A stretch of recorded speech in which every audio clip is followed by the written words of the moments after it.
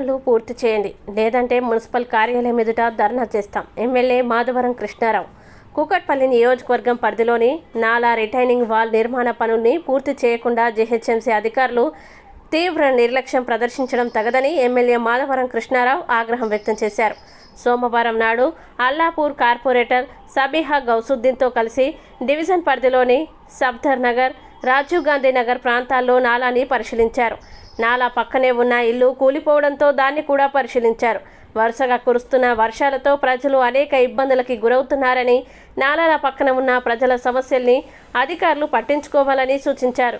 Retaining wall నిర్మాణం కోసం నిధులు మంజూరు చేసిన అధికారులు పనుల్ని మాత్రం 3 ఏళ్లైనా పూర్తి చేయకపోవడంపై మండిపడ్డారు. నాలాని కబ్జా చేస్తున్న అధికారులు చూస్తూ ఊరుకోవడంపై ఆగ్రహం వ్యక్తం చేయడంతో పాటు వెంటనే కబ్జాలకి పాల్పడుతున్న వారిపై కేసులు నమోదు చేయాలని ఆదేశించారు.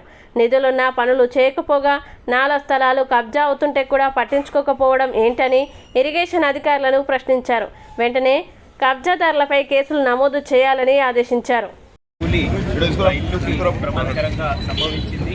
ఆ ఏరియాని వీక్షించడానికి, సందర్శించడానికి మన కూకట్పల్లి ఎమ్మెల్యే మాధవరం ప్రధాన కారణం ఏంటి?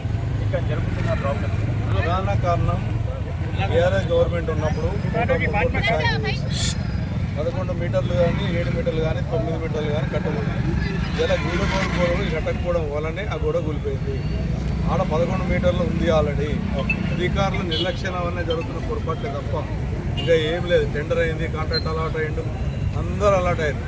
వాళ్ళకి ఇచ్చినటువంటి 68 కోట్లు ఏదైతే సున్నంచర్ నుంచి మైసమ్మ దాకా 68 కోట్లు శాంక్షన్ అయ్యి టెండర్ అయిందో ఆ వర్క్ చేయాలి.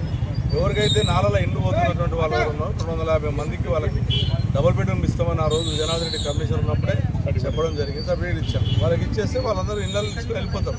అదారుతో వచ్చేసి కాల్ చేయమని చెప్పడానికి లేదు కదా. వాళ్ళకి ఆల్రెడీ మనం పట్టాలు ఇచ్చాం, వాళ్ళకి ఏమని చెప్పాం. ఇది మున్సిపాలిటీ అధికారులు, జిహెచ్ఎంసీ కమిషనర్ అధికారుల వల్ల పొరపాటు వల్ల జరిగింది తప్ప ఇది ఎవరి వల్ల జరగలేదు. వీళ్ళు ఇప్పటికైనా కన్ను తెరవాలి, వర్క్ స్టార్ట్ చేయాలి.